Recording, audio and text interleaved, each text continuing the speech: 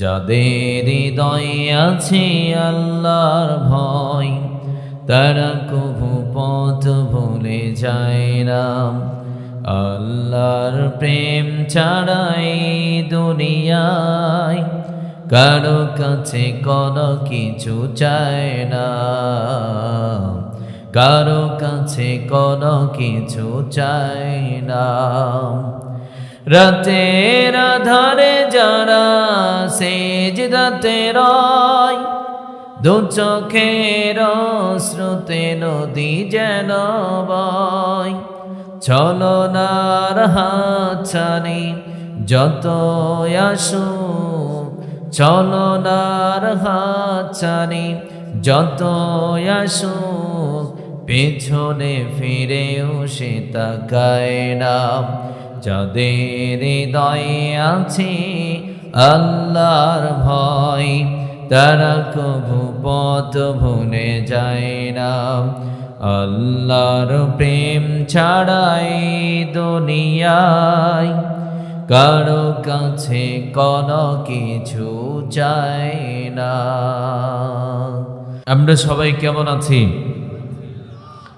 আলহামদুলিল্লাহ, আমিও ভালো আছি। সকল প্রশংসার মালিক কে? সকল ক্ষমতার উৎস কে? কেউ যেটা দেয় না দেয় কে? কেউ যেটা দেখে না দেখে কে? সে আল্লাহর জন্য পড়ছি আলহামদুলিল্লাহ। আমার সাথে সবাই পড়ুন, রব্বানা লাকাল হামদ হামদান কাসীরান তাইয়্যিবান মুবারাকান ফীহি। আমরা প্রশংসা করলাম কার? আল্লাহর প্রশংসা করতে পেরে খুশি না বেজার? আলহামদুলিল্লাহ। জীবনের প্রতিটা জায়গায়, প্রতিটা ক্ষেত্রে, সব জায়গায় একজনের প্রশংসা চলবে। তিনি কে? আল্লাহর প্রশংসা করে আল্লাহর সন্তুষ্টি অর্জন করতে চায়। আল্লাহ কবুল করুন, আমিন পড়েন। যারা আল্লাহর প্রশংসা করে তারা সুখী হতে পারে। সুখ শান্তি পৃথিবীর কোনো দোকানে কিনে পাওয়া যায়? সুখ দেন একজন, তিনি কে? আল্লাহর প্রশংসা করেন, আল্লাহকে সন্তুষ্ট করেন, আল্লাহ আপনাকে সুখ দিয়ে দেবে। কি সুবহানাল্লাহ কইল না কেউ? আরো আসতে পড়েন সুবহানাল্লাহ। তো আমরা মুসলমান, আমাদের খাওয়া পড়া, আমাদের বিজনেস, সবচাইতে পৃথিবীতে সেরা লাইফ হবে আমাদের। আমাদের চলাফেরা, আমাদের বিজনেস করা, আমাদের রাষ্ট্র পরিচালনা করা, আমাদের কথা, আমাদের হাঁটুনি, সব কিছু হবে এই পৃথিবীর অন্য ধর্ম অবলম্বীদের কাছে একটা মাইল ফলক। তারা দেখে দেখে তারাও মুসলমান হওয়ার জন্য স্বপ্ন আঁকবে। কথা বলেন ঠিক কিনা? কিন্তু আজ মুসলমান যদি রাত 2টা-3টা পর্যন্ত ওয়াজ করে, কালকে তো আর বিজনেস করতে পারবে না, ঘুমাবে গিয়ে। কথা বলেন। তা আজকে সারা রাত ওয়াজ শুনে কালকে ঘুমাবেন, তাহলে আপনার বিজনেসে ক্ষতি হয়ে গেল না? ইসলাম কি চায়? বিজনেসের মধ্যে বারাকা দেন কে? বিজনেসকে হালাল করেছেন কে? এই জন্য আমরা আজ থেকে আমাদের প্রতিটা কাজ রুটিন অনুযায়ী করব। রাজি আছি তো? আমার খাওয়া টাইমলি হবে, আমার ঘুম টাইমলি হবে, বিজনেস টাইমলি হবে, নামাজ টাইমলি হবে, আমার প্রতিটা কাজ টাইমলি হবে। দেখবেন আপনার ফ্যামিলি, আপনার লাইফ সবচাইতে সুন্দর হয়ে গেছে, গোছালো হয়ে গেছে, আপনি শান্তি অনুভব করতে পারবেন। সুবহানাল্লাহ। তাহলে আজ থেকে আমরা প্রতিটা কাজ টাইমলি করব। রাজি আছি তো? সব জায়গায়, কৃষি, সব এ টু জেড, জীবনে যত কাজ আছে সব কাজ হবে টাইমলি। বিশেষ করে যুবকদেরকে বলছি, আমাদের লাইফটা অনেকটা অগোছালো না? আমরা দেখা যায় সারা রাত মোবাইল টিপি, অনেকে গেম খেলে, সারা রাত ঘুম পারে না, সকাল 12টা পর্যন্ত ঘুম পারে। আছে না নাই? আছে না নাই? এর দ্বারা কি হয়ে যাচ্ছে? আপনার মানসিক শক্তি কমে যাচ্ছে, ইচ্ছা শক্তি কমে যাচ্ছে, মনের মধ্যে ডিপ্রেশন। সারা রাত কি কি করেছেন, সুন্দর মেয়ে দেখেছেন, সকালে ঘুম থেকে ওঠার পরে আর কাজ ভালো লাগে না, খাওয়াও ভালো লাগে না, চিন্তা, একটা প্রেম করতে পারলাম না গো। আছে না নাই? মোবাইলের মধ্যে সুন্দর সুন্দর মেয়ে দেখে আর চিন্তা করে, কি করলাম, জীবনে একটা প্রেম হইল না, বাবা তো বিয়েও দেয় না। যুবকরা এই চিন্তা করে কি করে না? করে কি করে না? এই যুবকগুলো একটা টাইমের মধ্যে গাঁজা খায়, কি খায়? বাবা খায়, বাবা বাবা, ইয়াবা খায়, বাবা খায়। আছে না নাই? হিরোইন খোর হয় কি হয় না? এই জন্য যুবক ভাইদেরকে বলছি, আপনারা আগামীর বাংলাদেশ, আপনারা ভালো হয়ে যান, আমার দেশটি ভালো হয়ে যাবে। আপনারা ভালো আছেন, তবে এই পথে অটল অবিচল থাকতে হবে। কথা বলেন। আপনারা অনেকে মনে করতে পারেন, হুজুর আপনি কি আবার আমাদেরকে গাঁজা খাওয়ার কথা বললেন নাকি? মাইন্ড করবেন না। আছে না নাই বাংলাদেশে এরকম? বাংলাদেশে আছে না নাই? যদি গাঁজাখোর না হইতো তাহলে একটা মেয়েকে ভালোবেসেছে, ভালোবাসার পরে অনেকে 6 তালাক দিয়ে আরেকজনের হাত ধরে অন্য জায়গায় চলে গেছে, উনি করে কি গলার মধ্যে ফাঁস দেয়া মরে, ও গাঁজাখোর না? তোমার লাইফটা কি এত তুচ্ছ? একটা মেয়ের জন্য তুমি গলায় দড়ি দিবা? তোমার লাইফের কোনো দাম নেই? আল্লাহ কি এই জন্য তোমাকে সৃষ্টি করেছে নাকি? নো। জীবনে অনেক মেয়ে আসবে যাবে। কথা বলেন। মরা যাবে। হারাম করেছেন কে? হারাম করেছেন কে?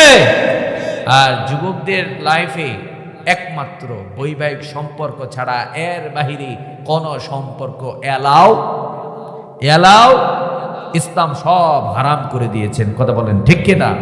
এই জন্য যুবক ভাইদেরকে বলবো, প্রতিটা কাজ টাইমলি করতে হবে। খাওয়া দাওয়া, ঘুমানো, পড়াশোনা, খেলাধুলা সব ঠিক রাখতে হবে। দেখবেন আপনি ঠিকঠাক চলছেন, আপনি সৎ হবেন, আপনি ভালো হবেন, আপনি কোরআন পড়বেন, দেখবেন আপনার লাইফটা সুন্দর হয়ে গেছে। আল্লাহ কবুল করুন, আমিন পড়েন। কোন সূরা থেকে আজকে আলোচনা শুনবো? সূরাতুল আসর। সূরাতুল আসর হচ্ছে ছোট্ট একটি সূরা। এই সূরাটির আয়াত রয়েছে 3টি। কয়টি? 3টি আয়াত। সূরাটি ছোট্ট, কিন্তু এই সূরাটির মধ্যে আল্লাহ সুবহানাহু ওয়া তাআলা যে বিষয়বস্তু দিয়েছেন, এটি যেন এমন হয়ে গেল ছোট্ট একটি ঝিনুকের মধ্যে যদি মহাসাগরকে ঢুকিয়ে দেয়া হয়, আপনারা বলুন এটা অবাক হবার মতো বিষয় না? যে একটা ঝিনুকের মধ্যে মহাসাগরকে ঢুকিয়ে দেয়া হলো, কথাটা সহজ না অবাক হবার মতো? অবাক হবার মতো বিষয়। আল্লাহ সুবহানাহু ওয়া তাআলা কোরআনুল কারীমের মধ্যে 114 খানা সূরা নাজিল করেছেন। এই 114 খানা সূরা এর মধ্যে সবচাইতে ছোট্ট একটি সূরা, তাই না? ছোট্ট একটি সূরা। এই ছোট্ট সূরাটি এমন একটি সূরা যেন আল্লাহ সুবহানাহু ওয়া তাআলা ওই ঝিনুকের মতো মানুষের জীবনের সফলতা এবং ব্যর্থতা, এই দুইটার দিকই এই ছোট্ট সূরাটির মধ্যে ঢুকিয়ে দিয়েছেন। সুবহানাল্লাহ।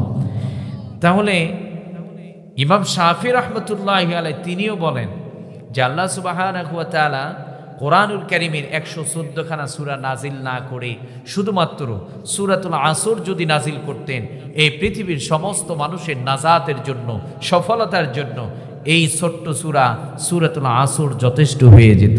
সুবহানাল্লাহ।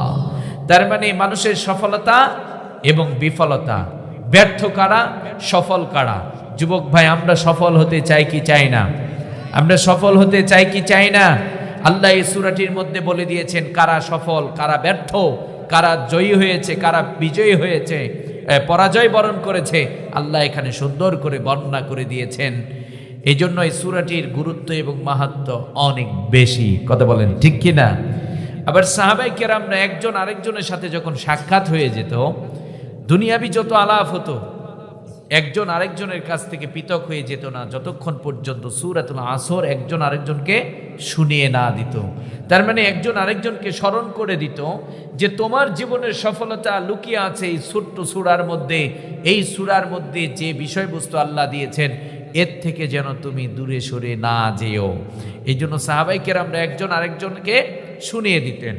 তাহলে এই সূরাটির গুরুত্ব, মাহাত্ম্য বেশি না কম আমরা এখন জানবো। তাহলে আল্লাহ এই সূরাটির মধ্যে এমন কি দিয়েছেন যার কারণে এই সূরাটি, এই ছোট্ট সূরাটি পৃথিবীর মানুষের জন্য নাজাতের জন্য যথেষ্ট।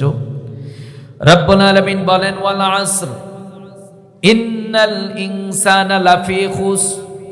রব্বুল আলামিন বলছেন ওয়াল আসর, সময়ের কসম। কিসের কসম করলেন?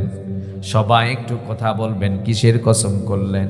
রব্বুল আলামিন সময়ের কসম করলেন। আমরাও কসম করে, রব্বুল আলামিনও কসম করলেন। আমরা যখন কসম করি আমাদের কথার দাম বাড়ানোর জন্য কসম করি। রব্বুল আলামিন কসম করলেন, কেন কসম করলেন? রব্বুল আলামিন তার কথার দাম বাড়ানোর জন্য কসম করেন নাই। রব্বুল আলামিন কসম করে বুঝাতে চাইলেন, ও গোলাম তোমরা কসম বিশ্বাস করো, তোমাদের তবিয়ত হচ্ছে তোমরা কসম বিশ্বাস করো। কসম করে কথা বললে আমরা বিশ্বাস করি। কথা বলেন ঠিক কিনা? আমি একটা ভুল করেছি, আমি একটা কাজ করেছি, এটা বিশ্বাস করতে চাচ্ছে না, অথবা একটা জিনিস হেরে গেছে, কেউ বিশ্বাস করতে চাচ্ছে না। যখন বলে মায়ের কসম তখন বিশ্বাস করে। কথা বলেন। তার মানে আমাদের তবিয়ত হচ্ছে আমরা কসম করে বিশ্বাস, কসম করে